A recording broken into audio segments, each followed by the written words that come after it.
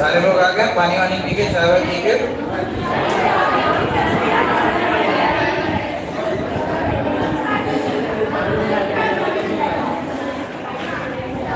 Start करो। चलिए, start करने से पहले क्वेश्चन नोट कर लीजिए।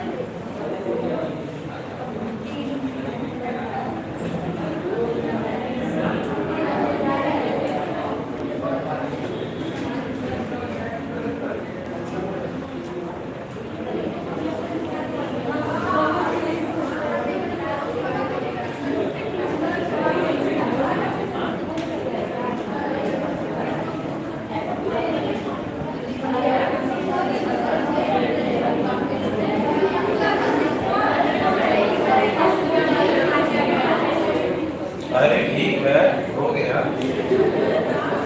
मान जाओ। चलिए स्टार्ट करते हैं। देखिए, कल हम लोगों ने जो क्षेत्र स्टार्ट किया था वो क्षेत्र क्या था? सामाजिक क्षेत्र। ठीक है, समाज किनसे मिलकर बनता है? लोगों से मिलकर बनता है। कल हम लोगों ने ये जाना कि गरीबी एक ऐसी परिस्थिति है जिसमें इंसान या फिर व्यक्ति विशेष क्या अपनी मूलभूत आवश्यकताएं भी पूरी नहीं कर पाता है। ठीक है, जो भी उसकी मूलभूत आवश्यकताएं हैं जीवन यापन के लिए, वो उसे पूरी नहीं कर पाता है। सामाजिक क्षेत्र के अंतर्गत गरीबी, बेरोजगारी, ठीक है, और मुद्रास्फीति, ये तीन सब्जेक्ट्स हम लोग को पढ़ना है। हम लोगों ने देखा कि स्टार्टिंग के समय में जब भारत में गरीबी मापा जाता था तो गरीबी मापने की विधि जो थी वो खर्च विधि थी। ठीक है, मंथली एक्सपेंडिचर मेथड हम लोग यूज करते थे कि प्रति माह में एक व्यक्ति प्रति व्यक्ति कितना खर्च कर रहा है। ठीक है, हम लोग सोचते थे कि जो व्यक्ति जितना खर्च कर रहा है उसके जीवन जीने की क्वालिटी यानी कि क्वालिटी ऑफ लिविंग बेहतर होगी, वो गरीब नहीं होगा। लेकिन ये अवधारणा प्रोफेसर अमर्त्य सेन के फिलॉसफी के द्वारा दूर कर दी गई। उन्होंने क्या बताया कि गरीबी या फिर गरीबी, बेरोजगारी या फिर असक्षमता, ये सारी लगभग एक ही चीज है। एक्चुअली में हम गरीब नहीं हैं, क्या हम कैपेबल नहीं हैं, हम सक्षम नहीं हैं, हम कुशल नहीं हैं, हम अपने परिस्थिति को बदल नहीं पा रहे हैं। ठीक है, इंक्लूसिव ग्रोथ की तरफ उन्होंने ज्यादा ध्यान दिया। प्रोफेसर अमर्त्य सेन ने क्या बताया कि शिक्षा बहुत ही अहम आयाम है क्या मानव संसाधन के विकास होने के लिए। क्यों? बेहतर शिक्षा की वजह से सबसे जरूरी क्या होता है जीवन में? निर्णय लेना। निर्णय सही है या गलत है इसका निर्धारण किस पे होता है कि आपके पास ज्ञान कैसा है। ठीक है, ज्ञान का लेवल। सपोज दैट आपने इंटर पास किया है, क्लास 12 पास करी, आप जब मार्केट में निकले तो आपके पास जो जॉब मिलेगी वो क्वालिफिकेशन के बेसिस पे आपको मिलेगी, वो उतनी बेहतर नहीं मिलेगी। ठीक है, कुछ 3-4 साल पढ़ाई आपने और की, ग्रेजुएशन किया, फिर आप मार्केट में निकले तो आपको उससे बेहतर जॉब मिली जो आपको इंटर के क्वालिफिकेशन पे मिल सकती थी। उसके बाद क्या हुआ? ग्रेजुएशन के बाद आपने पोस्ट ग्रेजुएशन की धीरे धीरे मतलब कि आपने स्किल्स को, कुशलता को डेवलप किया, अपने पर्सनालिटी के अंदर चैलेंजेस को देखो। चैलेंजेस क्या है? सोसाइटी। गरीबी एक तरह से क्या है? पहली चीज कि व्यक्ति विशेष की क्या? असक्षमता, कि व्यक्ति विशेष असक्षम है। दूसरी चीज क्या है? सोसाइटी उसको सक्षम नहीं होने दे रही है, उसके आसपास का जो वातावरण है इस अनुकूल नहीं है जो उस व्यक्ति विशेष को बढ़ने के लिए प्रेरित करे। समझ रहे हो आप? लाइफ में कुछ भी करने के लिए मोटिवेशन की जरूरत होती है। अगर जो आप स्वयं नहीं चाहेंगे कि मैं पढ़ाई करूं, यूपीएससी क्रैक करूं, तो आप क्या कर पाएंगे? ठीक है, सिर्फ एक व्यक्ति आपको कलेक्टर बना सकता है, वो हो आप स्वयं खुद।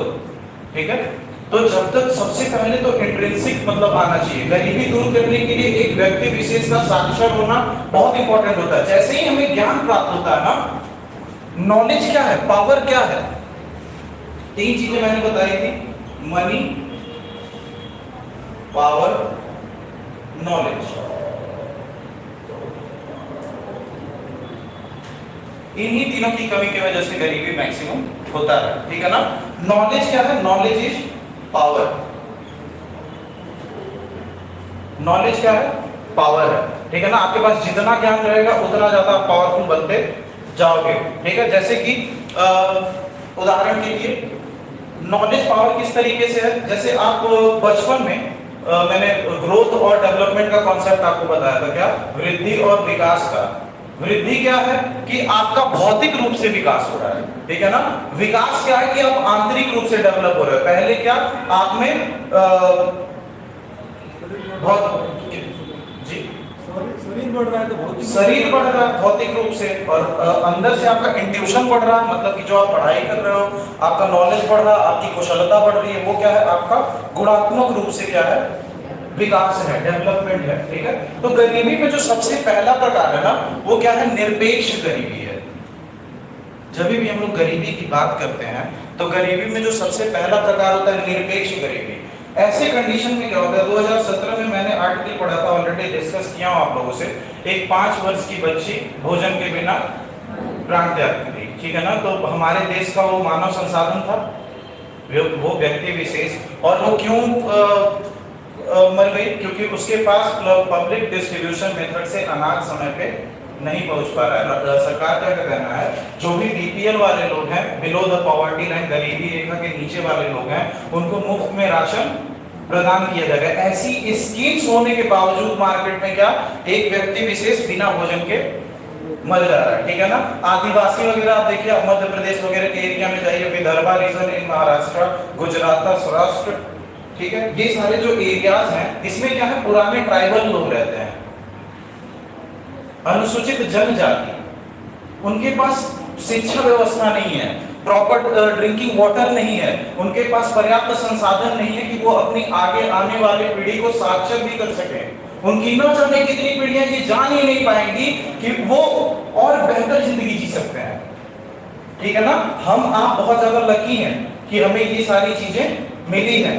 मानव संसाधन का एक बहुत बड़ा हिस्सा हमारे देश का क्या इन सारी चीजों से वंचित है, और इन्हीं सारी चीजों के वंचित होने के कारण गरीबी है, ठीक है। निरपेक्ष गरीबी के अंतर्गत क्या है, ऊर्जा की मूलभूत आवश्यकता पूरी नहीं हो पाती है। पहले क्या था, हम लोग कैलोरी बेस पे निर्धारित करते थे कि एक व्यक्ति अगर जो रूरल एरिया में और अर्बन एरिया में 2200 है, ठीक है, अप्रॉक्सीमेटली यही वैल्यू है। समझ रहे हो ना कि मतलब एक निर्धारित अमाउंट ऑफ कैलोरी डिसाइड किया गया था। अगर जो आप इतना भोजन कर रहे हो मतलब गरीब नहीं हो, और इतना भोजन आपको नहीं मिल रहा है तब जाके आप गरीब हो। तो ये बहुत ही क्रिटिकल वैल्यू है। इसमें ना वाकई में आप गरीबी की इंटेंसिटी को पता नहीं कर सकते हो, ठीक है ना। हेड काउंट रेशियो जो पहले किया जाता था एनएसएस के द्वारा इस्तेमाल किया जाता था तरीका, उसमें क्या किया जाता था, हम लोग जैसे 100% आबादी है तो हम लोग बोलते थे 35% क्या है, गरीब हैं, बाकी 75 ठीक हैं, ठीक है ना। तो जो 35% गरीब है ना, उसमें गरीबी का निर्धारण नहीं हो पाता था कि किस लेवल के गरीब है। कुछ इसमें से ऐसे थे जिनके पास मूलभूत ऊर्जा की आवश्यकता भी नहीं पूरी हो पा रही थी, मतलब कि सुबह अगर वो खा रहे हैं तो उनको ये भी नहीं डिसाइडेड है कि उनको शाम को खाना मिलेगा या नहीं। समझ रहे हो, निरपेक्ष गरीबी के अंतर्गत में वो पर्टिकुलर क्या अपने जीवन यापन के लिए जो उसको ऊर्जा चाहिए, अपने शरीर को पालन पोषण करने के लिए न्यूट्रिशन चाहिए, वो भी उसे नहीं मिल पा रहा है, ठीक है। दूसरी जो प्रकार की गरीबी होती है वो क्या है, मानवीय गरीबी। मानवीय, मानव शब्द अपने आप में ही मतलब क्या है, एक पूरी परिभाषा है। इंसान जानवर दोनों को क्या अलग करता है, अनुशासन।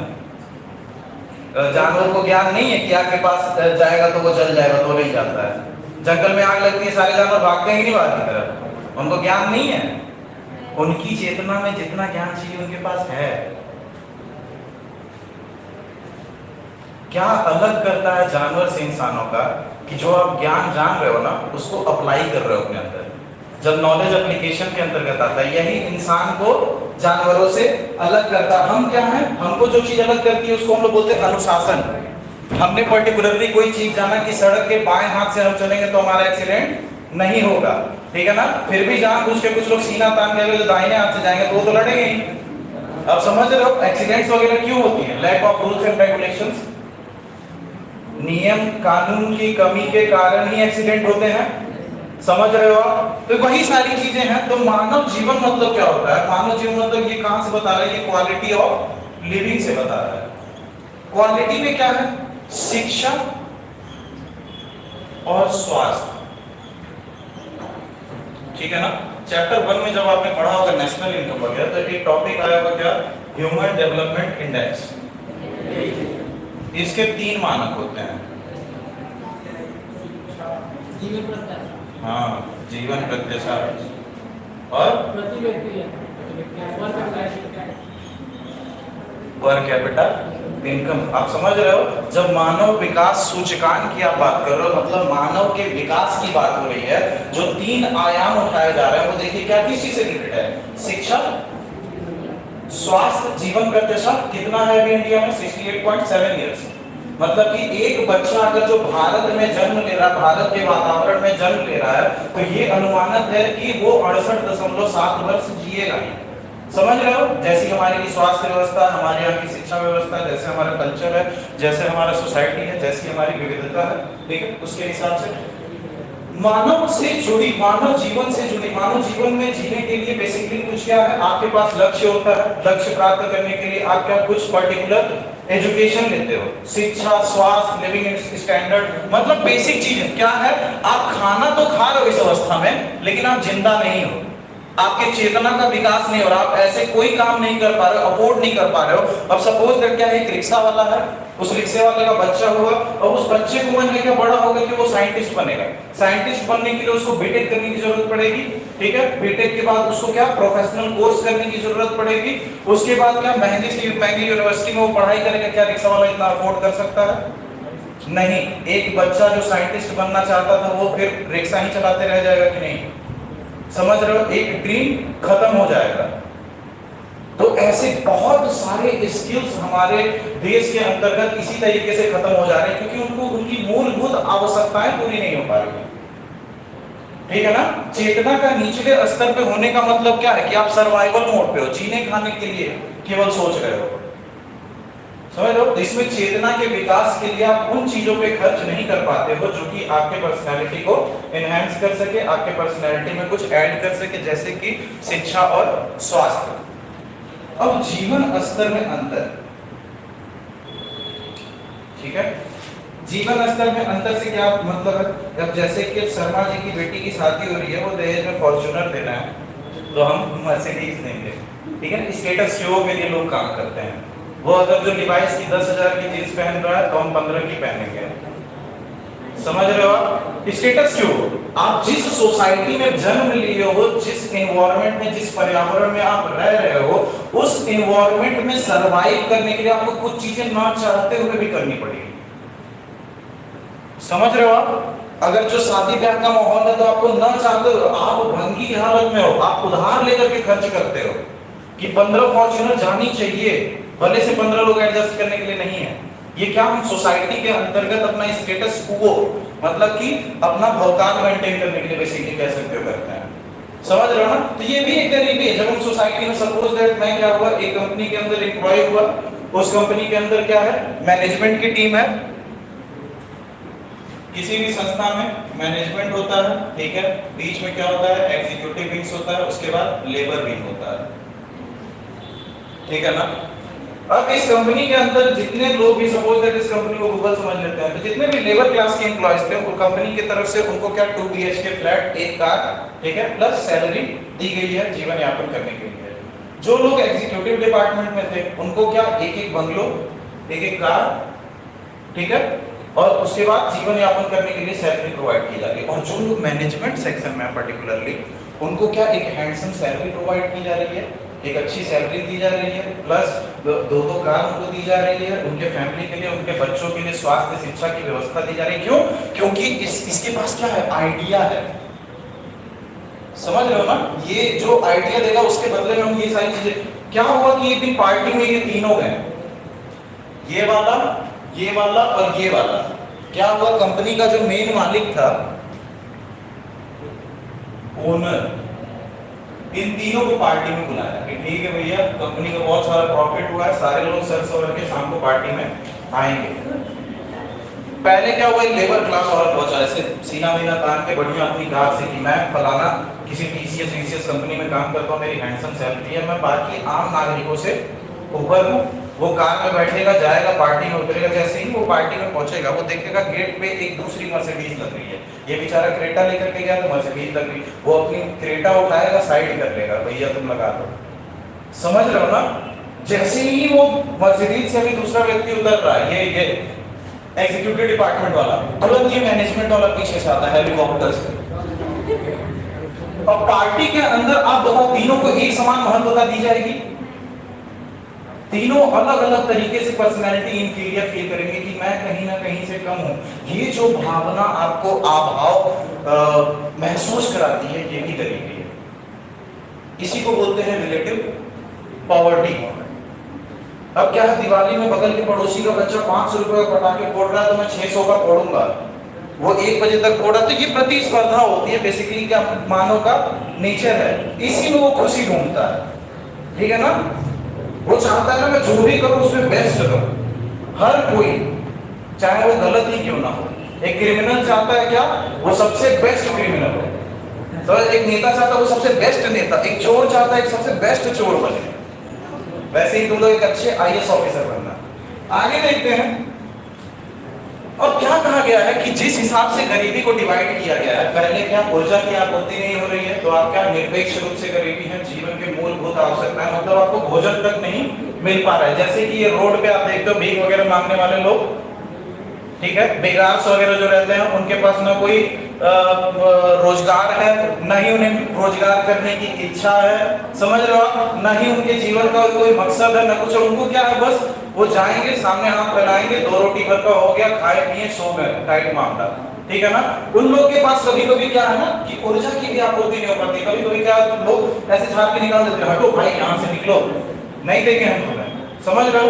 आगे जब बढ़ते हैं ऐसे व्यक्ति, जैसे कि ये मिडिल क्लास लोग आप कह सकते हो, ये क्या है, इनके पास नौकरियां तो हैं लेकिन महंगाई का स्तर किस तरीके से बढ़ते जा रहा है। स्वास्थ्य और शिक्षा 2 बेसिक नीड है, मूलभूत आवश्यकता है, और सबसे महंगा अभी हमारे देश में क्या है, स्वास्थ्य और शिक्षा। माफियाज चलते हैं, एजुकेशन इंडस्ट्री के माफिया चलते हैं, ठीक है, ये हेल्थ इंडस्ट्री के माफिया चलते हैं। कोविड-19 का सिचुएशन, ऑक्सीजन की क्राइसिस थी, लोग उसका व्यापार करने लगे। आप ऐसे देश से बिलोंग कर रहे हो जो सारी दुनिया को इंसानियत सिखा रहा है, हमारी कल्चर, हमारी संस्कृति। वैसे देश में अगर जो आपदा पड़ रही है तो वहां के लोग क्या कर रहे हैं? लोगों की जिंदगी, मतलब एक एक सांसों का मतलब पैसा लगा रहे हैं लोग। समझ रहे हो? ये इंसानियत है किसी लेवल पे। और अगर यही आप अगली जनरेशन वालों से कहो ना, घोर कलयुग आ गया इसीलिए हो रहा है, ऐसा कुछ नहीं। लैक ऑफ लिटरेसी है, शिक्षा का अभाव है। समझ रहे हो आप? तो ये सारी चीजें हैं। तो वर्ल्ड बैंक क्या कहता है कि हमको जिस हिसाब से ये गरीबी का विभाजन किए हो, हर चीज भले खत्म हो जाए लेकिन ये रिलेटिव पॉवर्टी कभी नहीं खत्म होने वाला है। समझ रहे हो ना? जन्म की भावना जो है वो कभी खत्म नहीं होगी इंसान में। तो वर्ल्ड बैंक क्या बोला कि हमें गरीबी के साथ जीने की आदत डालनी होगी। ठीक है, तो ये गरीबी के प्रकार हैं। इसके आगे हम लोग देखते हैं भारत में गरीबी मापने की क्या क्या विधियां हैं। जी, मानवीय गरीबी को देखिए। अब क्या है मानवीय, मतलब क्या है कि आपको बेसिकली एक जानवर से इंसान क्या बनाता है? इंटेलेक्ट आपका, आपकी सूझबूझ, आपकी समझ। ठीक है, आपने देखा कि मानव बनने के लिए हम लोगों ने एक विशेष तौर पे सूचकांक बनाया जिसमें क्या 3 जो आयाम हम लोग ले रहे हैं। पहला क्या है? नॉलेज, ठीक है ना, शिक्षा। दूसरा क्या है? स्वास्थ्य। स्वास्थ्य मतलब स्वास्थ्य कैसे रिलेटेड है? अगर जो एक व्यक्ति बीमार है तब वो ज्यादा उत्पादन करेगा या फिर वो स्वस्थ है तब?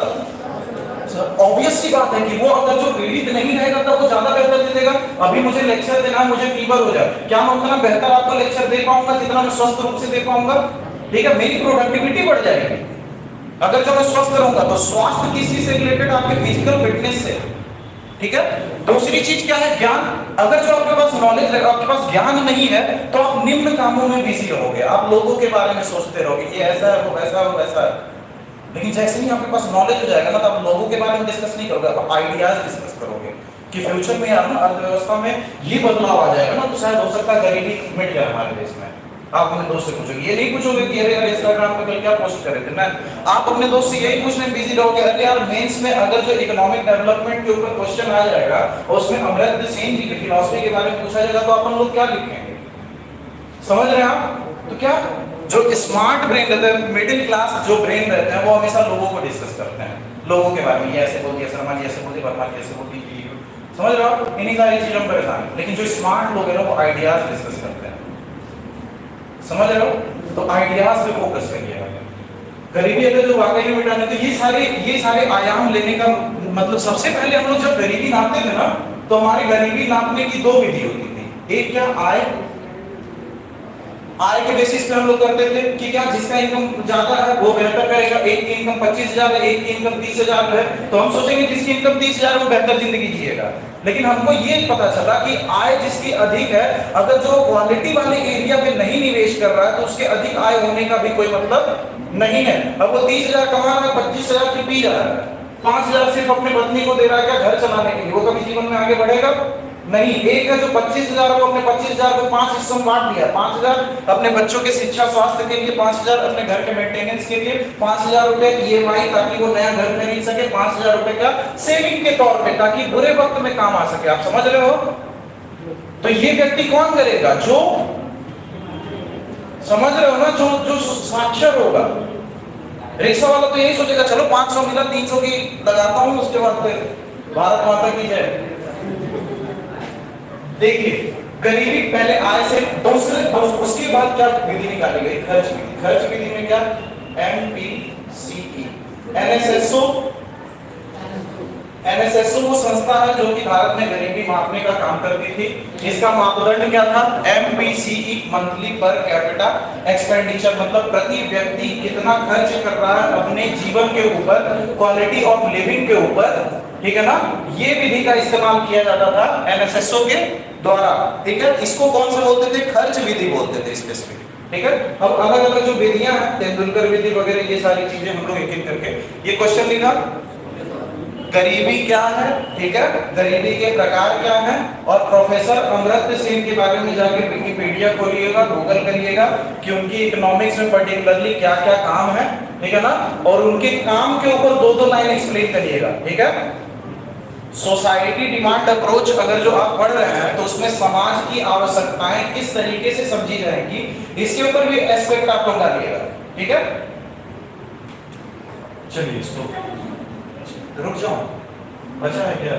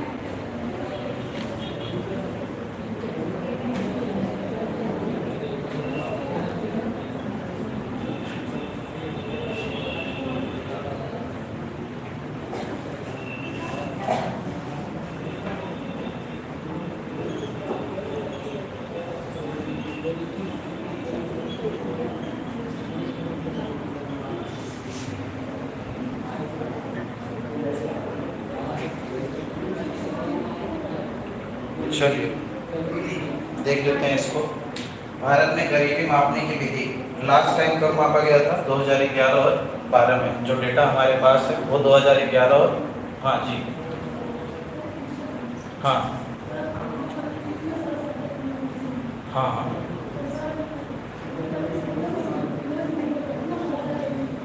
एक मिनट है। हाँ कितना पढ़ा जाए यार? अगर जो क्रोनोलॉजी को समझ जाओगे ना तो बहुत ज्यादा सिलेबस बर्डन नहीं लगेगा। बहुत वास्ट है एग्जैक्टली लेकिन इस वास्ट सिलेबस को आपको स्मार्ट तरीके से सिंक्रोनाइज करना पड़ेगा। मैं बताता हूँ, ठीक है ना? देखिए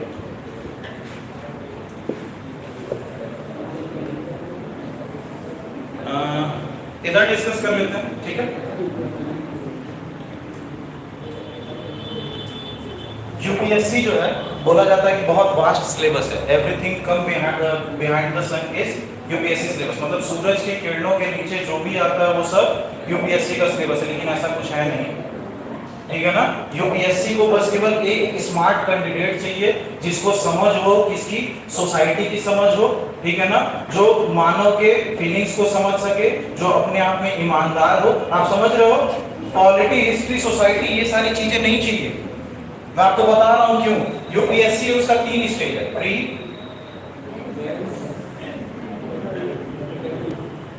और ये क्यों है ये बताता हूं मैं। प्री की जब आप बात करोगे, polity, history, geography, environment, science and tech, economics, ठीक है? उसके बाद current affair, art and culture, 1 2 3 4 5 6 7 8, ठीक है?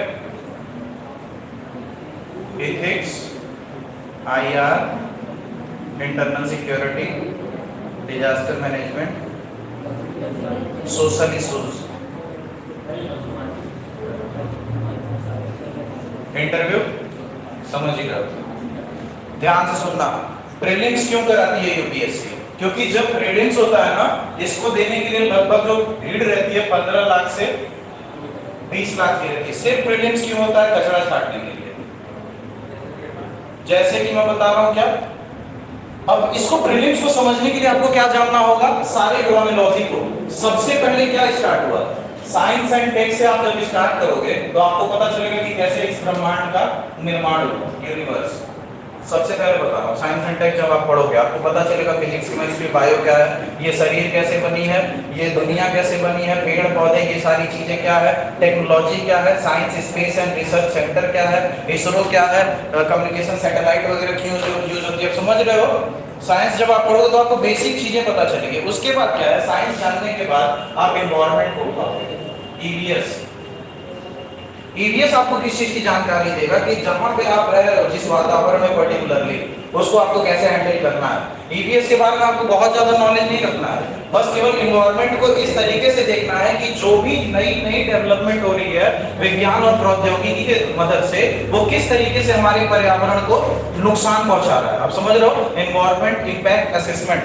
उसके बाद जब आप आगे बढ़ोगे तो ज्योग्राफी में जाओगे। ज्योग्राफी में आपको पता चलेगा कि कैसे महाद्वीप, महासागर, ये सारी चीजें कैसे बनी, मृदा, कृषि, ये सारी चीजें क्या है, सॉइल टाइप वगैरह क्या है। ज्योग्राफी के बाद जब तो आप आगे बढ़ोगे तो आपको जो सब्जेक्ट मिलेगा वो मिलेगा हिस्ट्री, इतिहास, ठीक है ना? ये मानव चेतना का ही पूरा कॉन्शियसनेस है, पूरा एकदम वो सीरीज है।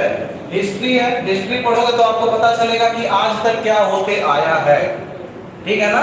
मानव कैसे विकसित हुआ, फ्रेंच रिवॉल्यूशन कैसे हुआ, रशिया रिवॉल्यूशन कैसे हुआ, यूनाइटेड स्टेट ऑफ अमेरिका की स्थापना कैसे, ग्रेट ब्रिटेन का क्या कॉन्सेप्ट था, स्विस कैनाल क्राइसिस क्या है, यहाँ से क्वेश्चंस वगैरह जो उठते हैं, ठीक है? हिस्ट्री जब आप पढ़ लोगे तो उसके बाद पर्टिकुलरली जाओगे पॉलिटी पे, कि इतिहास को सीख करके हमने क्या नियम कानून बनाए हैं जिससे हमारा बेहतर विकास हो सके। समझ रहे हो? वर्तमान में पहुंच गया भूतकाल से।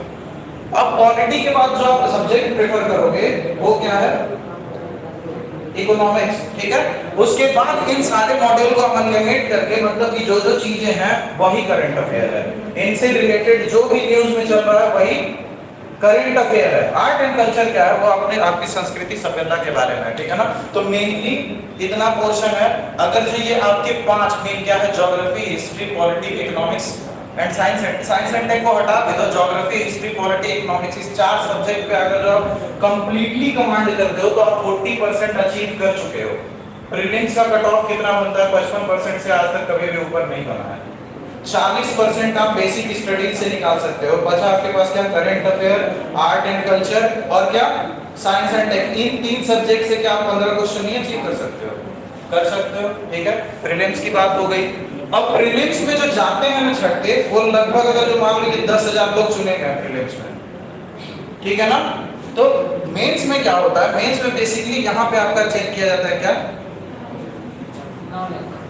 ज्ञान, कि आपका वाकई में ज्ञान कितना है। आपसे जो जो क्वेश्चन पूछे जाएंगे वो इसलिए पूछे जाएंगे कि आपने जो पढ़ा है सिर्फ रटा है या उसको समझा है।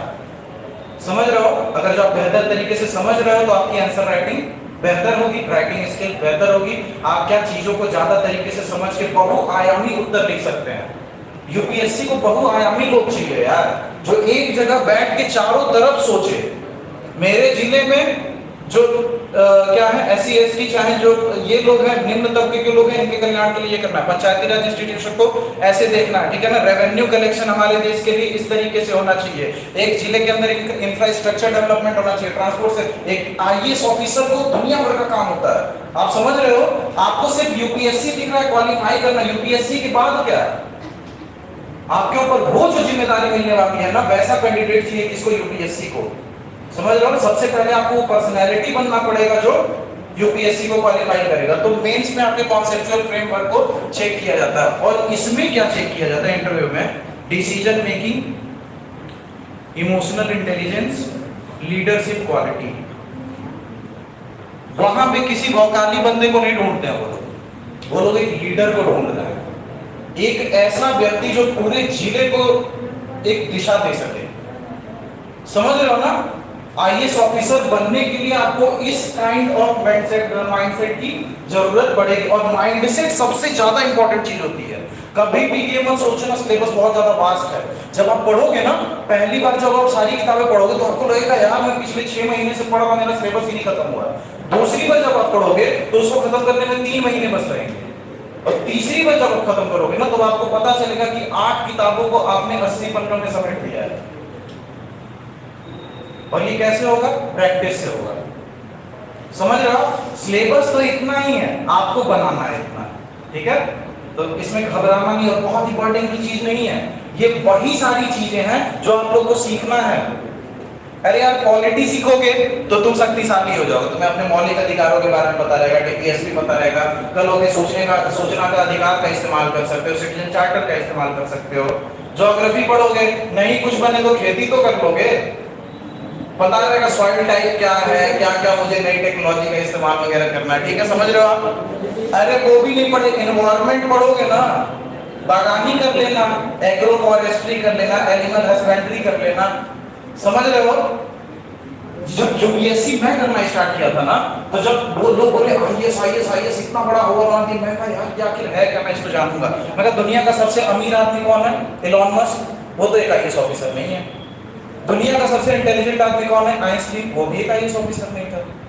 दुनिया का सबसे बढ़िया नेता नेल्सन मंडेला, वो भी एक आईएएस ऑफिसर नहीं था। अरे यार मतलब ये सिर्फ एक छोटा सा पद है, लेकिन इसकी वैल्यू क्यों है? इस पद के ऊपर जितना कर्तव्य है ना, वो उसको वैल्यूएबल बनाता है। ड्यूटी, समझ रहे हो? आईएएस ऑफिसर जो कौन है, जो अपना ये अभी मोदी जी पिछले साल मिशन कर्मयोगी लॉन्च किए थे आईएएस ऑफिसर्स के लिए ही, कि कर्मयोगी बनिए, गिफ्ट बहुत आएंगे, लेकिन देश की सेवा का मौका। एक पढ़े लिखे व्यक्ति अगर जो आपको नेता देखना, डॉक्टर एस जयशंकर जी का उदाहरण लीजिए आप। इंटरनेशनल प्लेटफॉर्म पे आप पढ़े लिखे होने की मतलब महत्वता समझ रहे होंगे। वो उनके सामने कोई बोल ही नहीं पाता भाई, उनका इंटेलेक्चुअल पॉलिटिकल साइंस बैकग्राउंड से है। उनके मम्मी पापा भेज रहे थे इंजीनियरिंग करने के लिए, साइंटिस्ट बनने के लिए, ठीक है। मेरे रोल मॉडल है एक तरीके से, बहुत अच्छे व्यक्ति हैं, उनके बारे में स्टडी करिएगा। जो भी ऐसे व्यक्ति हैं जो वर्तमान में सक्सेसफुल हैं, उनके बारे में पढ़िए। उनकी जीवन की जो शैली है ना, आपसे मिलती हुई नजर आएगी, समझे। तो यूपीएससी क्वालिफाई करने के लिए बेसिकली अप्रोच क्या होना चाहिए? सबसे पहले इंटरव्यू पे आप फोकस करिए, अपने आप को अनुशासित करिए, अपने पर्सनालिटी को उस तरीके से बनाइए जो आईएएस बनना नहीं है, अभी से सोच के चलो मैं कलेक्टर हूं, समझ रहे हो? ऑलरेडी मान के चलिए आप। तो ये सारी चीजें हैं, धीरे धीरे जैसे आगे बढ़ेंगे और डिस्कस करेंगे। क्या बता रहा था? हाँ, ये भारत में गरीबी मापने की विधि। तो जो भारत में गरीबी को मापने की संस्था वो क्या थी? एनएसएसओ थी। एनएसएसओ किस विधि का इस्तेमाल करती थी? मंथली पर कैपिटा एक्सपेंडिचर, जिसमें ये देखा जाता था कि एक व्यक्ति विशेष हर महीने कितना खर्च कर रहा है अपने जीवन यापन करने के लिए, ठीक है। उसके बाद क्या है, इसमें जो तरीका इस्तेमाल किया जाता था वो क्या था? हेड काउंट रेशियो, यानी कि सेल्स करना अनुपात। हम लोग क्या कर लेते कि जैसे अगर जो 100% आबादी है ये 3 श्रेणी में निकलता था, एक ग्रामीण, दूसरा शहरी, तीसरा अखिल भारतीय, ठीक है। ये हेड काउंट रेशियो जो है शीर्ष गणना अनुपात, जैसे 100% आबादी है तो हम लोग ये निकालते थे अनुपात की, ठीक है 35% क्या है? गरीब है। मतलब कि भारत में भी 35% लोग ऐसे हैं जिनकी मूलभूत आवश्यकताएं पूरी नहीं हो पा रही हैं, ठीक है। तो इस मेथड का बहुत ज्यादा क्रिटिसिज्म हुआ, बहुत ज्यादा विवाद में था ये मेथड। कह रहा था क्या कि सर देखिए आप, चलो ठीक है भारत में बता तो दे दो कि 35% गरीब हैं, लेकिन ये 35% जो गरीब है क्या सब एक प्रकार के हैं? इनमें भी तो उतार चढ़ाव होगा। कोई ऐसा होगा जो 10 रुपए दिन कमा रहा होगा, कोई ऐसा होगा जो 10,000 कमा के भी गरीब होगा, समझ रहे हो? अभी जो हम लोगों ने गरीबी का जो टाइप्स देखा, जो वितरण देखा, एक तरह से हर कोई गरीब है, मैं भी गरीब हूँ, आप भी गरीब हो, सब गरीब है। ऑल वर्ल्ड, पूरा वर्ल्ड ऑर्डर ही गरीब है, लेकिन ऐसा नहीं है, ठीक है ना।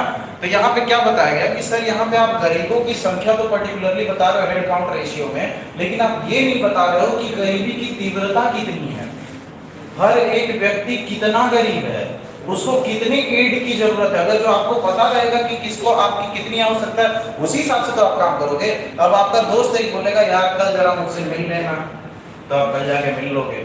और आपको बोलोगे यार एक्सीडेंट हो गया, अभी आओ, इमरजेंसी। आपका दोस्त ही बुला रहा है आपको, लेकिन परिस्थितियां 2 तरीके की हैं, समझ रहे हो? अगर जो आपको पता चलेगा कि कोई व्यक्ति विशेष इतना गरीब है कि वो अपनी ऊर्जा की आपूर्ति भी नहीं कर पा रहा है, तो आप उसकी मदद विशेष तौर से करोगे, उसको एक क्राइटेरिया के अंदर डालोगे कि ये बिलो द पॉवर्टी लाइन के नीचे है, इसको राशन पताई कर भी फ्री में दीजिए। सबसे बेहतर पब्लिक डिस्ट्रीब्यूटिव सिस्टम अगर जो किसी राज्य का है तो वो किसका है? उड़ीसा का है, ठीक है। ये पूछा जा चुका है। देखिए दूसरा जो क्रिटिसिज्म था वो क्या था कि हम लोगों ने ये जो अनुमान लगाया था, एनएसएसओ जो ये विधि निकालता था, इसमें क्या था? ये खर्च विधि था। इसमें हम लोग न कहीं शिक्षा का महत्व दे रहे थे, समझ रहे हैं, न कहीं स्वास्थ्य का महत्व दे रहे थे, ठीक है, और न ही कहीं लिविंग स्टैंडर्ड पे, ठीक है ना। तो ये बोला गया कि सर ये आप गरीबी माप रहे हो सिर्फ किसके? खर्चे के आधार पे, ये कोई जरूरी नहीं। अब ये बताओ कि एक व्यक्ति है जिसकी सैलरी है 1.5 लाख रुपए, ठीक है, वो है बड़ा कंजूस, वो अपने घर पे 10,000 रुपए खर्ची कर रहा है, अपने बच्चों को मतलब दे ही नहीं रहा। उसकी इनकम कितनी है? 1.5 लाख रुपए, अपने बच्चों के ऊपर खर्च ही नहीं कर रहा है, सारे पैसे बचा दे रहा है। अब एनएसएसओ के हिसाब से उसके खर्चे कितने हुए? मात्र 10,000, तो वो भी गरीब है, समझ रहे हो आप? एनएसएसओ के हिसाब से तो वो भी गरीब है, लेकिन एक्चुअली में क्या वो है ना? तो ये सारी कंडीशन थी, इसी चीज के बेसिस पे क्या क्रिटिसिज्म लेके आया गया था। और एक चीज और क्या, इसमें एनएसएसओ ने कुशलता की कोई बात ही नहीं की कि मतलब गरीबी जो है ना कैपेबिलिटी पे डिपेंड करती है। गरीब तो सबको ही पैदा होता है, लेकिन अगर जो गरीब मर जाता है तो वो उसकी गलती है, समझ रहे हो ना? हर व्यक्ति गरीब है, पैदा हर कोई गरीब हुआ बिना कपड़े के, ठीक है, लेकिन अगर जो वो वैसे ही मर जाता है तो वो उसकी गलती है। मिस्र का जो सुल्तान था वो सोने ओने में जड़ बढ़ करके गया था, समझ रहे हो? वो उतना कमाया और फुटपाथ का एक व्यक्ति वो मर जाता है, उसको कोई पूछता भी नहीं है। तो आप गरीब जन्म ले रहे हो, ये आपका अपराध नहीं है, लेकिन अगर जो आप मर जा रहे हो गरीब, तो ये आपका अपराध है, आपने इस शरीर के साथ गलत किया। लेकिन तो ये तीन चीजों की वजह से क्रिटिसिज्म होगा, क्या शिक्षा, स्वास्थ्य और लिविंग स्टैंडर्ड पे इस पे फोकस नहीं किया गया, जो विधि का इस्तेमाल किया गया वो खर्च विधि थी। तीसरी चीज का इसके ऊपर कुशलता का ध्यान नहीं दिया गया। इसी चीज को सब्स्टिट्यूट करने के लिए अब 2011 में स्थिति क्या थी गरीबी की, जरा एक बार देख लेते हैं। तो जैसा कि मैंने बताया कि एनएसएसओ क्या रूरल, अर्बन और ऑल इंडिया लेवल पे गरीबी को छांटता है।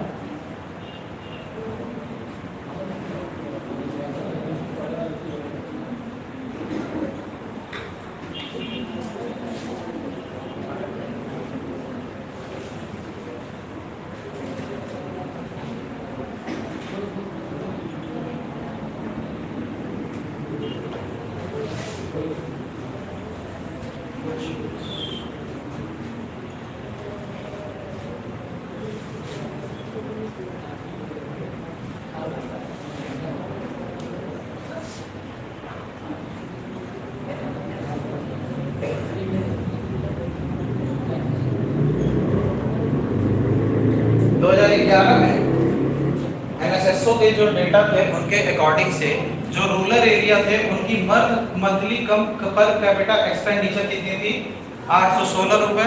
मतलब कि इस आधार पे भारत का जो रूरल एरिया था वो 25% तक क्या था, गरीब था। ठीक है ना, 25% ऐसे लोग हैं जिनका एनएसएसओ के हिसाब से जो मतलब अपने मंथली खर्च का हिस्सा अपने मूलभूत आवश्यकता पे भी पूरा नहीं कर पा रहे। अब बताइए, किसी का मंथली खर्च अगर जो 80,000 रुपए है और किसी का मंथली खर्च अगर जो 5,000 रुपए है, तो आपके हिसाब से बेहतर कौन होगा, जो 80,000 रुपए खर्च कर रहा होगा। ठीक है, अरे यहाँ पे वो मत सोचो कि मतलब वो कहीं गलत जगह खर्च कर रहा होगा, दोनों लोग अच्छे लोग हैं, भले लोग हैं, ठीक है, अच्छे नागरिक हैं, सही जगह खर्च कर रहे हैं। तो दोनों लोग हैं, तो जिसका ज्यादा बेहतर खर्च हो रहा होगा मतलब कि क्या, वो अपने लिविंग स्टैंडर्ड पे ज्यादा निवेश कर रहा है। अब वो अपने लिविंग स्टैंडर्ड पे ज्यादा निवेश करेगा तो जाहिर सी बात है अगर जो वर्तमान समय में अगर जो पैसे का निवेश आप सही जगह पे करते हो तो भविष्य में ये क्या आपका अच्छा भूतकाल बन जाएगा और यही आपका कारण रहेगा भविष्य में अच्छे रिजल्ट के लिए। ठीक है ना। पावर ऑफ नाउ, हम लोग मैक्सिमम टाइम क्या जब भी हम लोग खाली बैठते हैं या तो हम लोग पास्ट में रहते हैं या तो फ्यूचर में रहते हैं, सोचते रहते हैं अरे यार मेरे साथ ये हो गया वो हो गया वो हो गया, इस वजह से ऐसे हुए वैसे हुए वैसे हुए, समझ रहे हो आप। और नहीं तो खाली बैठ जाते हैं यार इस बार मैं जाऊंगा तो ऐसे कर दूंगा, डीएम बन जाऊंगा तो ये कर दूंगा, फिर एसडीएम बन जाऊंगा। कभी प्रेजेंट में नहीं सोचते कि अभी का क्या, वो तो जो होना था हो गया, और वो जो होगा वो तो पता नहीं क्या होगा, कोई नहीं जानता है। अभी किताब उठाओ और बैठ के पढ़ो। एकार्ट टोले एक क्या है फिलोसोफर वेस्टर्न, उन्होंने ही बुक लिखा था द पावर ऑफ नाउ, अभी की शक्ति, उसको पहचानना जरूरी है।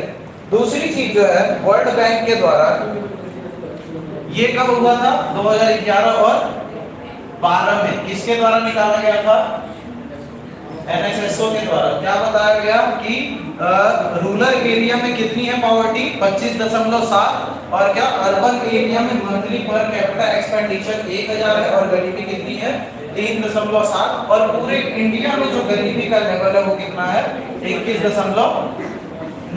ठीक है ना जी।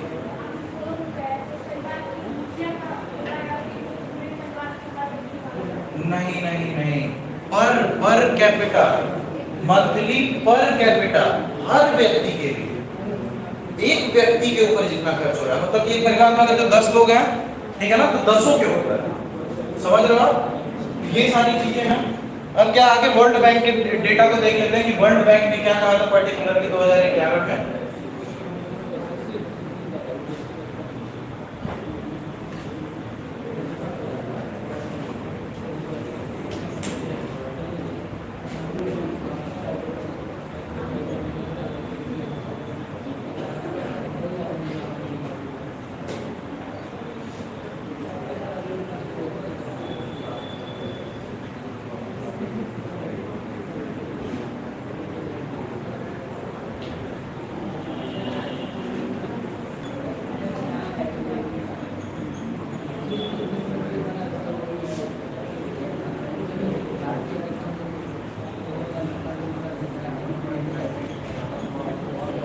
बैंक ने जब 2011 में भारत के गरीबी को लेकर के सूचकांक निकाला था तो उसने बोला था जो भी व्यक्ति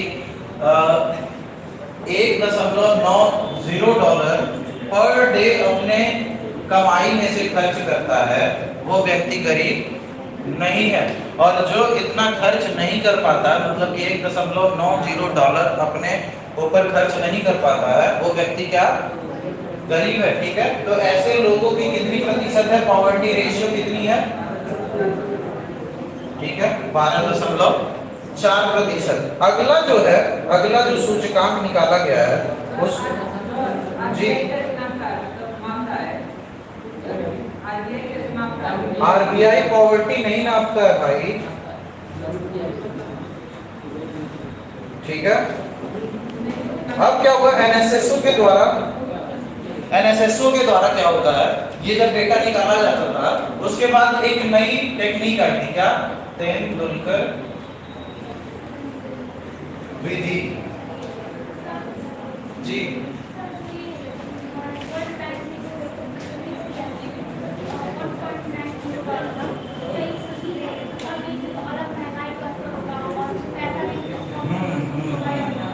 एग्जैक्टली, और डिपेंड करता है कि उस देश की करेंसी डॉलर के लेवल पे कितनी है। तो वर्ल्ड बैंक, आईएमएफ जो भी डेटा निकालते हैं तो वो स्पेसिफिक क्या होता है ना, डिवाइडेड होता है। एक डेवलप्ड नेशन के लिए अलग होता है, विकसित देशों के लिए जो मापदंड और अनुमान लगाते हैं वो लोग अलग होता है, ठीक है। जो विकासशील और अल्प विकसित देश है उनका अलग क्राइटेरिया रहता है। भारत का अलग, हाँ, भारत डेवलपिंग नेशन में आ जाएगा, विकासशील देश में आ जाएगा, ठीक है। तो ये 3 श्रेणियां होती हैं। इसको जब भी वर्ल्ड बैंक को डिवाइड करना रहता है तो डेवलप्ड कंट्रीज के लिए अलग इंडेक्स रहता है, उनकी अलग क्राइटेरिया रहती है, उनका लिविंग स्टैंडर्ड, शिक्षा, स्वास्थ्य, ये सारी चीजें देखी जाती है।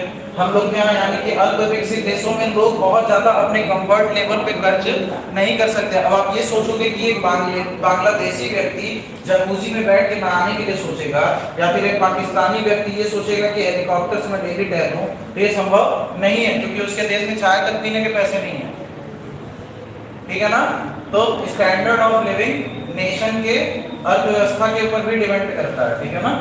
तो ये सारी चीजें हैं। और तेंदुलकर विधि के अंतर्गत में क्या बताया गया कि जो कमियां थी एनएसएसओ के अंदर उस चीज को मतलब हटाया गया। 3 चीज रिकमेंडेशन दी गई कि ऊर्जा को जो आधार हम लोग बनाते थे उसकी जगह हम लोग किसको आधार बनाएंगे, शिक्षा और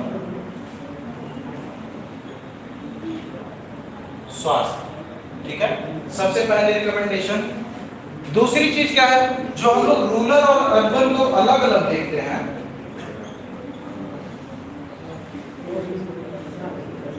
ये भेदभाव हम नहीं करेंगे, ठीक है। तीसरी चीज एमआरपी जो है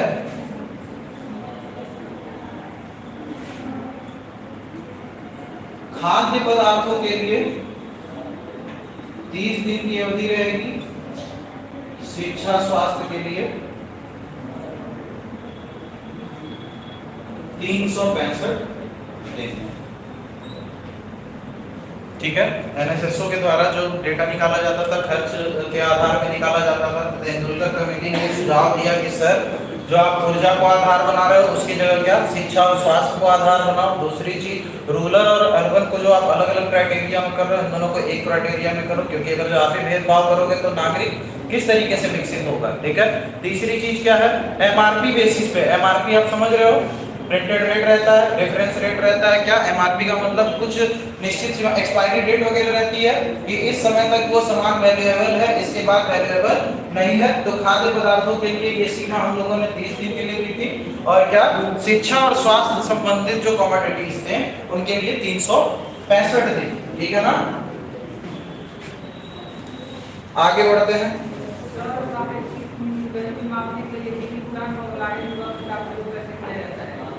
सापेक्षिक गरीबी गिनी कोफिशिएंट और किसका, लॉरेंज कर्व। गिनी कोफिशिएंट और लॉरेंज कर्व बेसिकली रिलेटेड है, जानते हैं किस से, इनइक्वालिटी से। इनइक्वालिटी मतलब असमानता, समझ रहे हो। रिलेटिव पॉवर्टी आपको मैंने क्या बताया कि आप रिलेट कर रहे हो, उसके पास फॉर्च्यूनर है, मेरे पास ऑल्टो है, मतलब मैं गरीब हूँ। ऐसा नहीं कि कार नहीं है आपके पास कार है, सामने वाले बंदे के पास भी कार है, लेकिन आपके पास जो कार है वो 10 लाख रुपए की है, उसके पास जो कार है वो 1 करोड़ रुपए की है। तो आपके अंदर पर्सनालिटी इंफीरियर आएगा कि अरे यार मेरे पास भी 1 करोड़ वाली कार होनी चाहिए, होगी कि नहीं? गिनी कोफिशिएंट और लॉरेंज कर्व क्या सोसाइटी के अंतर्गत जो इनइक्वालिटी होती है, असमानता होती है, उसको दर्शाता है। चैप्टर फर्स्ट में आप पढ़ोगे, ठीक है ना? गिनी कोफिशिएंट इन दोनों को क्या जेंडर इनइक्वालिटी इंडेक्स को निकालने के लिए काम आता है कि ये औरतों और मर्द के बीच में विकास में कितना अंतर है, इस चीज को। तो इनइक्वालिटी क्या ये असमानता समाज में दिखा रहा है। रिलेटिव पॉवर्टी किस चीज से रिलेटेड है? एक दूसरे के बीच में असमानता से। समझ रहे हो आप दोनों के बीच में कोरिलेशन इस तरीके से काम करता है, ठीक है? और कुछ लॉरेंज कर्व भी दोनों लगभग वही इनइक्वालिटी इंडेक्स के ऊपर ही होता है, ठीक है ना? जेंडर डेवलपमेंट इंडेक्स जब हम लोग निकालते हैं तो उसमें HDI of female upon HDI of male upon HDI of female करते हैं, ठीक है ना? तो हमको क्या दोनों के बीच में इनइक्वालिटी मिलता है, वो हम लोग कहां से निकालते हैं? लॉरेंज कर्व वगैरह से। हाँ, ग्राफ बता दूं? ठीक है, बता दो। कौन सा इंडेक्स है? 7वें रैंक पे है जी, 7वें रैंक पे है ना? 7वें रैंक पे 107वें रैंक पे हम लोग हैं। अभी ये क्या है? डेवलपमेंट इंडेक्स ये डेवलपमेंट इंडेक्स तो यार अभी हाल फिलहाल में यूएनडीपी निकाला है, किसके ऊपर? यूएनडीपी निकाला कि वेल्थ हंगर, ये हंगर इंडेक्स है यार, global hunger index. Global hunger index जो है जीएचआई, वो वेल्थ हंगर जो वहां की जर्मनी की एनजीओ है वो और यूएनडीपी ये दोनों मिलकर निकालते हैं, ठीक है ना? कि हर देश में भुखमरी कितनी है इस चीज को फाइंड आउट करने के लिए। उसी में वो कंट्रोवर्सी में है यार। हाँ, वो भी कंट्रोवर्सी में, विवाद में है कि भारत के साथ गलत किया गया, कि हमारी रैंक बहुत बेहतर हुई। इतने भूखे नंगे थोड़ी है यार हम लोग, ठीक है? बताइए वही ना।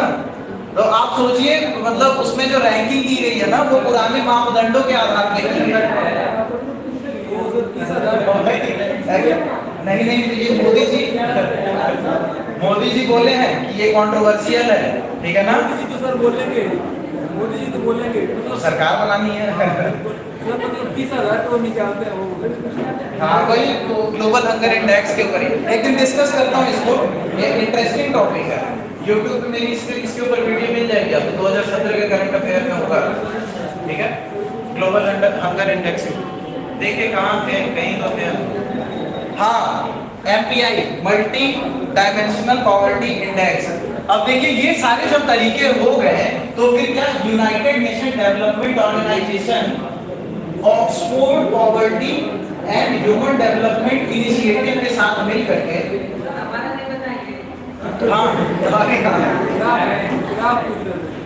सॉरी देखिए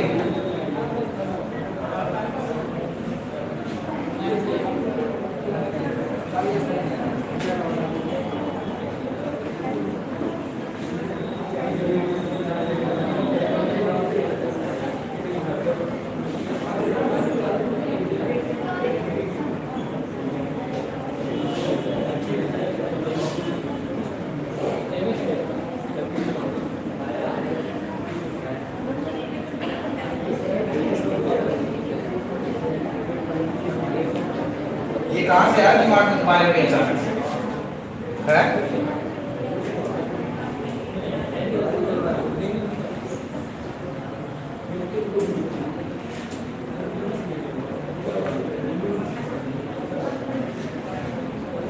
ऐसा कुछ ग्राफ बनता है, ठीक है ना? ये बनाओ मत यार, फोटो खींच लेना मेरी कॉपी से, बहुत ज्यादा सुंदर नहीं है,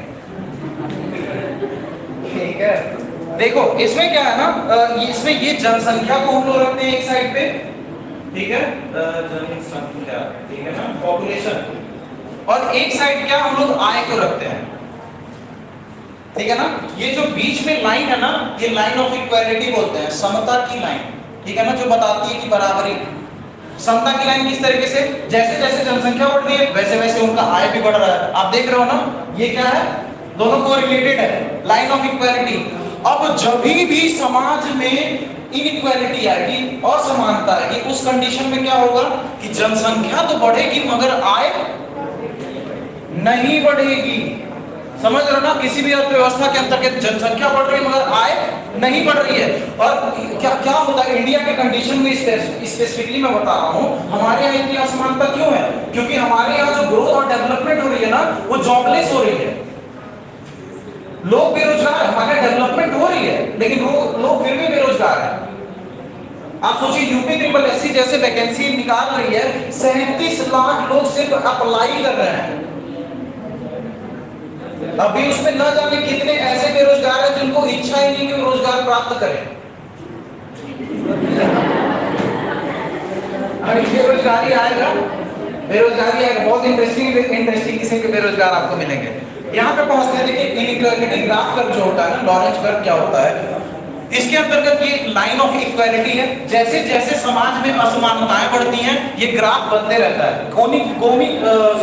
गिनी कोफिशिएंट हम लोग कैसे निकालते हैं, गिनी कोफिशिएंट इसके बीच का एरिया रहता है, ये वाले लाइन के बीच में, ठीक है, प्लस ये वाले, अगर जो हमको इसके ए बी सी है, बी और सी के बीच में इनइक्वालिटी निकालना पड़ेगा, ये वाले एरिया का हम लोग निकाल लेते हैं, हमको क्या मिल जाता है, इनइक्वालिटी मिल जाता है। इसी एरिया को हम लोग बोलते हैं क्या, गिनी कोएफिशिएंट। ये किस लिए, असमानता को नापने के लिए काम आता है, समझ रहे हो आप। लॉरेंज कर्व क्या है, जनसंख्या और आय के बीच में क्या है, एक लाइन है, लाइन ऑफ इक्वालिटी, समता की एक लाइन है, जो कि ये बताती है कि जैसे जैसे जनसंख्या वृद्धि होगी वैसे वैसे लोगों की आय वृद्धि होगी, मतलब समानता बढ़ती जाएगी। सपोज दैट आपके परिवार में 10 लोग हैं, 10 लोग में से 10 लोग अगर जो कमा रहे हैं तो 10 लोग का परिवार समृद्ध रहेगा, लेकिन अगर जो सिर्फ एक व्यक्ति कमा रहा है बाकी 9 लोग उसके ऊपर निर्भर है, तो क्या वो समृद्ध होगा, नहीं होगा। वही है इनइक्वालिटी कर्व। हमारे देश में क्या है ना, ग्रोथ तो हो रही है मगर वो जो ग्रोथ हो रही है वो जॉबलेस हो रही है, बिना नौकरी के, बिना रोजगार के हो रही है। इस वजह से क्या है, हमारे यहाँ जो सोसाइटी है उसमें जो गैप है इनइक्वालिटी का वो बढ़ते जा रहा है। समझ रहे हो आप। लॉरेंज कर्व, गिनी कोफिशिएंट, ये क्या है, असमानता को दर्शाने की दोनों तरीके हैं, जो कि जेंडर इनइक्वालिटी फाइंड करने के लिए या फिर सोसाइटी में जो असमानता है उनको फाइंड आउट करने के लिए होता है। गिनी कोफिशिएंट के ऊपर प्रीलिम्स में क्वेश्चन आ चुका है, ये जो भी क्वेश्चन तुम उठाया बहुत सही उठाया, ठीक है। कहाँ पढ़ रहे थे ये सर, अच्छा लोग से लेते हैं, हमसे लगा यार कोई, चलो ठीक है। क्वेश्चन वैसे अच्छा था, ये होना चाहिए, किस तरीके से दोनों को रिलेटेड है, समझ में आया। रिलेटिव पॉवर्टी और ये किस तरीके से जुड़े हुए हैं। रिलेटिव पॉवर्टी किस चीज के ऊपर डिपेंड करता है, लोगों में असमानता पे। ये किस चीज को दर्शा रहा है, लोगों के असमानता को, समझ रहे हो आप।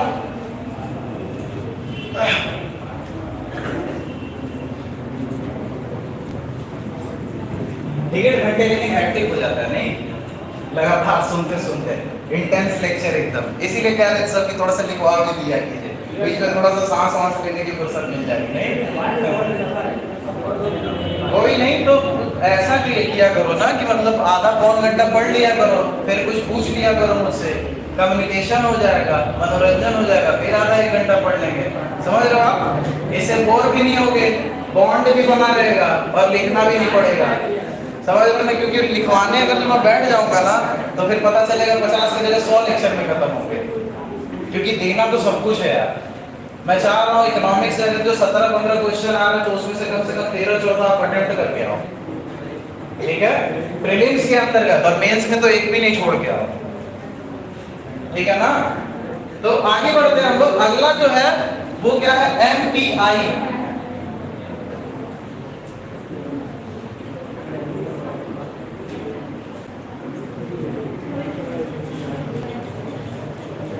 समझ में आ रहा है ना, समझने में कोई दिक्कत तो नहीं हो रही है, चलिए बढ़िया है।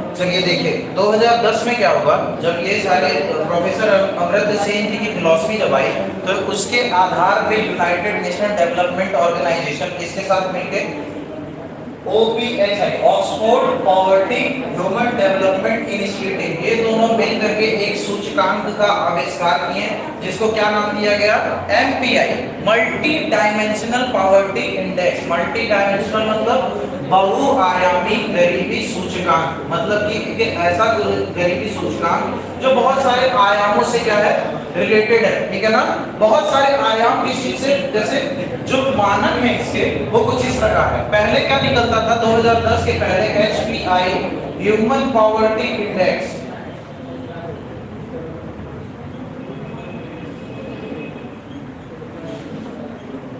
इसी की जगह इसको लेकर के आया गया MPI को लाने के पीछे का कारण क्या था कि गरीबी को हम लोग बहुआयामी ढंग से देख सके। बहुआयामी ढंग से क्या, एक था एजुकेशन, एक था हेल्थ, एक था लिविंग स्टैंडर्ड। जब भी हम लोग एजुकेशन की बात करते हैं तो सबसे पहली चीज क्या आती है, स्कूलिंग, ठीक है। दूसरी चीज क्या आती है, अटेंडेंस। अब दोनों में क्या अंतर है देखते हैं। एक हो गया आपके पास डिग्री है, एक हो गया आपके पास डिग्री का ज्ञान है। यूपी बोर्ड से जितने लोग पास होते हैं, है ना, मैं भी पास हुआ हूँ, ठीक है, इसलिए ज्यादा घबराने की जरूरत नहीं है। देखिए क्या होता है बेसिकली, कहने का मतलब क्या है, एजुकेशन आप किस तरीके से डिसाइड करोगे कि आपने स्कूलिंग की है कि नहीं, मतलब आप स्कूल गए हो कि नहीं, आपका डिग्री है कि नहीं। अटेंडेंस से क्या पता चलेगा कि स्कूल के अंदर गए हो कि नहीं, समझ रहे हो ना। स्कूल तो जा रहे हो लेकिन जा नहीं रहे हो, तो उस तरीके की अगर जो परिस्थिति है तो आप क्या साक्षर के अंदर आ जाओगे लेकिन शिक्षित नहीं हो पाओगे। साक्षर मतलब आपका डिग्री है, ये एमए ये वो आईआईटी सबकी डिग्री है, लेकिन फॉर्म किसका भर रहा है, सफाई कर्मी का।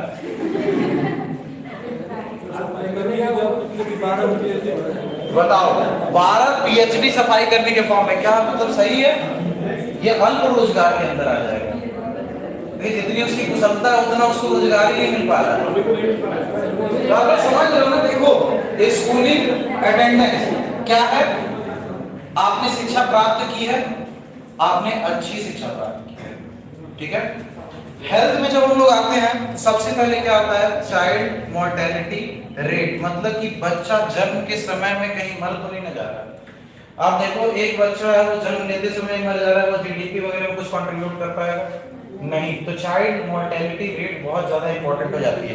और ये किसके ऊपर डिपेंड करता है कि जो महिलाएं हैं, अब सरकार के द्वारा देखो विभिन्न स्कीम निकाली जाती है, क्या मैटरनिटी रिलीफ बेनिफिट स्कीम, इसके अंदर क्या जो गर्भवती महिलाएं रहती हैं उनको 5,000 रुपए दिया जाता है, हॉस्पिटल के ऊपर बहुत सारी सुविधाएं दी जाती हैं। उसके बाद फिर क्या जो उनकी मूलभूत आवश्यकता है उनको प्रदान किया जाता है, उनको इंकरेज किया जाता है कि आप डिलीवरी कराने के लिए क्या अस्पताल में ही जाएं। अगर जो पर्टिकुलर महिला किसी भी सरकारी संस्था में या फिर प्राइवेट संस्था में काम करती है तो 6 महीने उसको लीव प्रदान किया जाए। तो ये सारी चीजें सरकार क्यों डेवलप कर रही है, यही हेल्थ इशू, यानी कि जो चाइल्ड मोर्टेलिटी रेट है, यानी कि बचपन में जो शिशु के मरने की प्रतिशत है वो घटा दी जाए। दूसरी चीज क्या है, न्यूट्रिशन,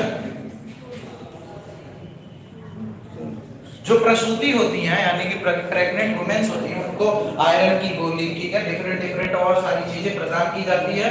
मां स्वस्थ रहेगी तो एक स्वस्थ शिशु को जन्म देगी। क्या होता है, इंडियन फिलॉसफी में बोला जाता है अगर जो एक मर्द शिक्षित होता है तो अपने परिवार का पोषण करता है, लेकिन अगर जो एक महिला शिक्षित होती है तो पूरे समाज का पोषण करती है, ठीक है। शिक्षा के स्तर को इस तरीके से डिनोट किया गया है। ज्यादा खुश मत हो, सब एकदम चौड़े करके देख रहे हो सर क्या बोल रहे हैं, ज्यादा खुश होने की जरूरत नहीं। क्वालिटी ऑफ एजुकेशन के ऊपर डिपेंड करता है, ठीक है ना। लिविंग स्टैंडर्ड की जब हम लोग बात करते हैं तो लिविंग स्टैंडर्ड किस चीज से डिसाइड होती है। अब आपके पास घर है लेकिन बिजली नहीं आ रही, आप बिजली बिल नहीं भर सकते हो। आपके पास क्या है,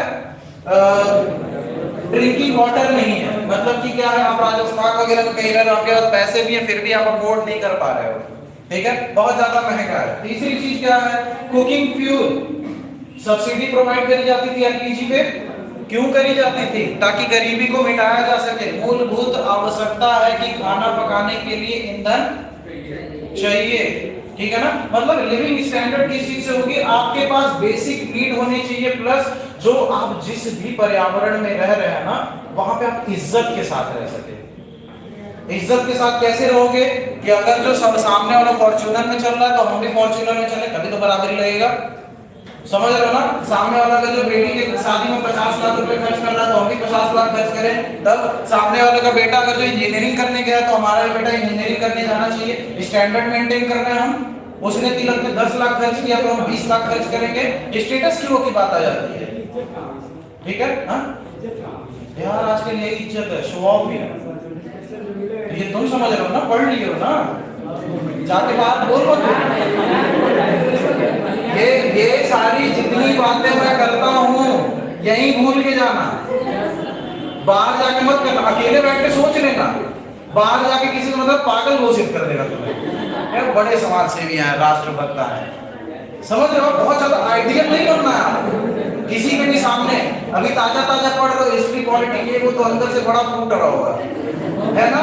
पता है पापा हुमायूं ने ये किया था, अम्बेडकर की तो मत कहिए, आपको क्या पता, हमारी पीढ़ी से पूछिए। समझ रहे आप? तो ऐसा कभी मत करना, ठीक है ना। अभी पहले डाइजेस्ट करो, जितना भी सब मिल रहा है ना उसको पचाओ दिमाग में। जब वो पचते जाएगा ना तब वो ऑटोमेटिकली स्टोरी बन के बाहर निकलेगा। समझ रहे हो? एक बार तो अभी बोलने के चक्कर मत पड़ना, अभी सिर्फ सीखो, ग्रैब करो जितना कर सकते हो, किताबों से, टीचर से, इंटरनेट से, यूट्यूब से, जहां जो मिले सब खोज मारो, खंगाल दो। दो चीज बस चाहिए यूपीएससी क्वालिफाई करने के लिए, एक है जिज्ञासा, ललक, पागलों की तरह हर चीज जानने की ललक। जो दिख रहा सामने पढ़ो, वेद दिख रहा वेद पढ़ जाओ, गीता दिख रहा गीता पढ़ जाओ, साइंस दिख रहा साइंस पढ़ जाओ, पॉलिटिक्स दिख रहा पॉलिटिक्स पढ़ जाओ। गीता पढ़ने के तो मुझे का कि नहीं। कौन बोला कि गीता पढ़ने से? मैंने 16 बार पढ़ी है गीता। बताओ, कर्म योग, ध्यान योग, कौन से योग के बारे में बताओ?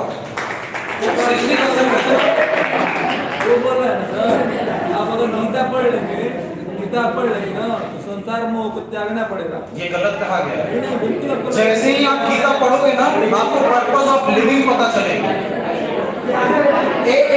एक मिनट सुनो मैं बता रहा हूँ।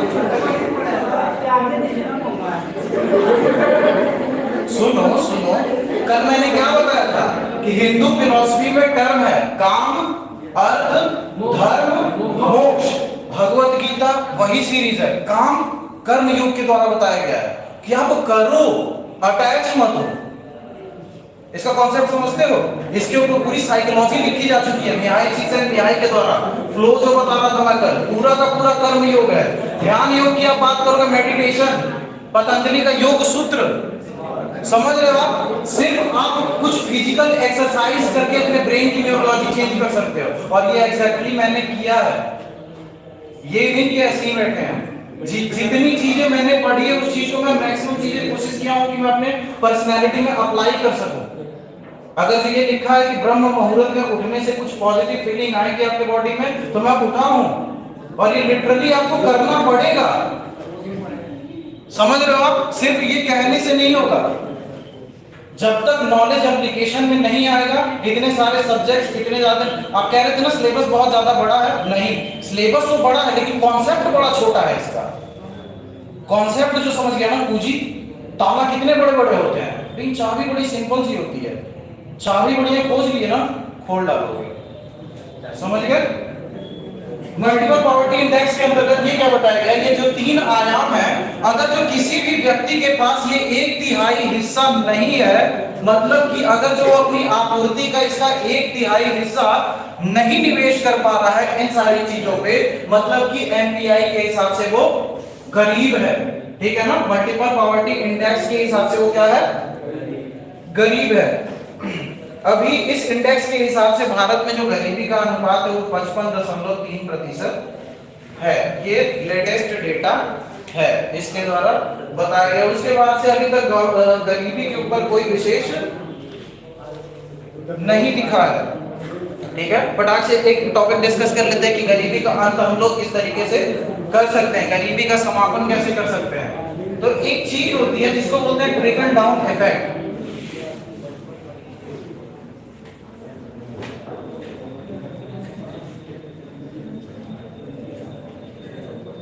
एग्रीकल्चर वाला जो पोर्शन हम लोगों ने पढ़ा था, एक काम करेंगे, एग्रीकल्चर का पोर्शन हम लोग एक बार और खत्म करेंगे, ठीक है ना, क्योंकि एग्रीकल्चर के अंतर्गत जो लैंड रिफॉर्म्स वगैरह हैं उनके ऊपर मेंस में क्वेश्चन उठते हैं, ठीक है ना। उसके बाद फिर जो जितने भी टेक्नोलॉजिकल अपग्रेडेशन हुए हैं उनके ऊपर क्वेश्चन उठते हैं, तो वो सारे एस्पेक्ट हम लोगों ने नहीं देखा था, ठीक है ना, सिर्फ केवल बेसिक कॉन्सेप्ट ही देख के स्टार्टिंग में छोड़ दिए थे। इसलिए एग्रीकल्चर बहुत ही इंपॉर्टेंट रोल प्ले करता है, उसको हम लोग देखेंगे। एक चीज होती है ट्रिकल डाउन पॉवर्टी, इंडस्ट्रियलाइजेशन मतलब औद्योगिकरण,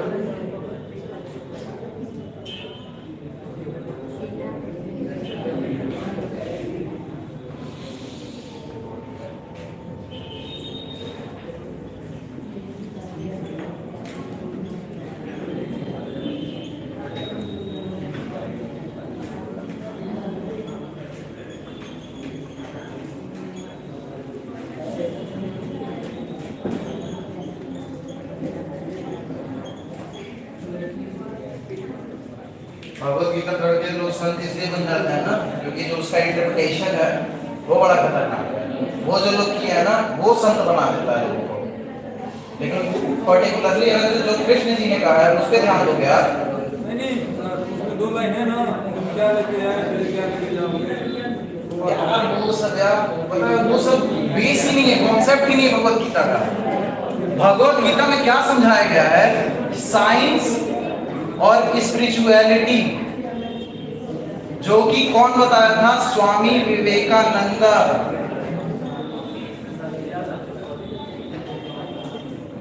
स्वामी विवेकानंद ने क्या बताया था कि साइंस और स्पिरिचुअलिटी एक ही सिक्के के दो पहलू हैं। साइंस क्या बोलता है, सिंगुलैरिटी है, सिंगुलैरिटी है, बाकी हिग्स फील्ड है, समझ रहे हो ना। हमारा शास्त्र क्या बोलता है, पुरुष है प्रकृति है, समझ रहे हो ना। ये जितनी बॉडी वाली चीजें आपको दिख रही है ये प्रकृति ने प्रदान किया है, और ये जो इंटेलेक्ट है यही पुरुष है। ये पुरुष प्रकृति के समन्वय से ही हमारा निर्माण हुआ है। ये जो वर्ल्ड है ये पुरुष प्रकृति का समन्वय है, और ये किस लिए है, ये इंफॉर्मेशन वॉरफेयर है, यही उद्देश्य है हमारा।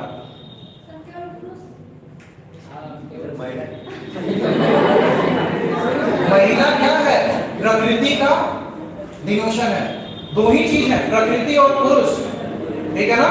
पुरुष मतलब आप मर्द समझ रहे हो, पुरुष मतलब ये मर्द मत समझो, ये यूनिवर्सल कॉन्शियसनेस है, ब्रह्मांड की चेतना, आकाशिक रिकॉर्ड, जिसके बारे में निकोला टेस्ला ने बताया, ठीक है ना। तो ये सारी चीजें हैं, अभी बचकानी लगेगी जैसे जैसे बड़े होगे परिस्थितियों का सामना होगा तब फिर पता चलेगा। देखिए इधर, देखिए इधर ध्यान से, किसी भी देश में अगर जो आपको पॉवर्टी को खत्म करना है, पॉवर्टी को खत्म करने के लिए सबसे पहला स्टेज जो माना जाता है इंडस्ट्रियलाइजेशन, यानी कि औद्योगिकरण। औद्योगिकरण से क्या होता है, विकास होता है, ग्रोथ होता है, ग्रोथ के बाद क्या होता है, एम्प्लॉयमेंट यानी कि रोजगार जनरेट होता है, ठीक है, वृद्धि,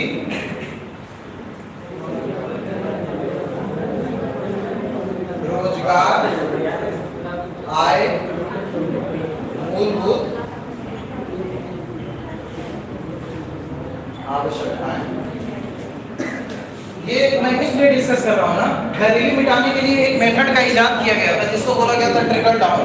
ट्रिकल डाउन के अंतर्गत क्या बोला गया था, दूसरी बात देशों के हिसाब से क्या था, अगर जो आपको किसी भी देश में गरीबी मिटानी है तो सबसे पहले आपको क्या करना पड़ेगा, इंडस्ट्रियलाइजेशन। इंडस्ट्रियलाइजेशन किससे बिलोंग करता है, सेकेंडरी सेक्टर से। आप इंडस्ट्रियलाइजेशन करोगे तो उसका क्या प्रभाव पड़ेगा, जैसे इंडस्ट्रियलाइजेशन होती है तो ग्रोथ बढ़ती है, ठीक है ना। ग्रोथ बढ़ेगा तो रोजगार बढ़ेगा, रोजगार आएगा तो फिर इनकम आएगा, और जैसे ही आय की वृद्धि होगी लोग अपनी मूलभूत आवश्यकताएं पूरी कर लेंगे और गरीबी खत्म। लेकिन ये ना फेल हो गया।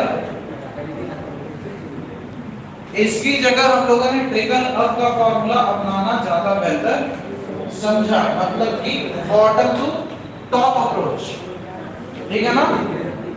बेसिक नीड्स आप किसी की प्रोवाइड कराते हैं, मतलब कि जनता है, क्या है उसकी मूलभूत आवश्यकता है, भोजन करना है, घर है। मोदी जी क्या कह रहे हैं, भोजन के लिए फ्री में राशन बंटवा दिए, पहली चीज। घर के लिए क्या कर रहे हैं, सबको डूडा वाले उसके में क्या घर प्रदान कर रहे हैं, ठीक है ना। घर और रोटी जो दो मूलभूत आवश्यकताएं एक गरीब की है, मोदी जी सॉल्व कर देंगे। उसके बाद वो गरीब क्या करेगा, अपने जीवन को बेहतर करने के लिए आगे बढ़ेगा। अब उसको रोटी कपड़ा मकान के बारे में नहीं सोचना, वो जो भी कमाएगा वो किस पे खर्च करेगा, क्वालिटी ऑफ लिविंग पे। अब उसको ना लोन लेकर के अपना घर नहीं बनवाना है। अब वो जो घर बनाने के लिए काम कर रहा था, जो घर बनाने के लिए पैसे रख रखा था, अब वो अपने बच्चे के पढ़ाई में भी निवेश कर सकता है। और हो सकता है एक रिक्शे वाले का लड़का अगला IAS ऑफिसर बन जाए, पूरी की पूरी पीढ़ी ही कन्वर्ट हो जाएगी। आप समझ रहे हो, ठीक है। तो इस तरीके से ये काम करता है।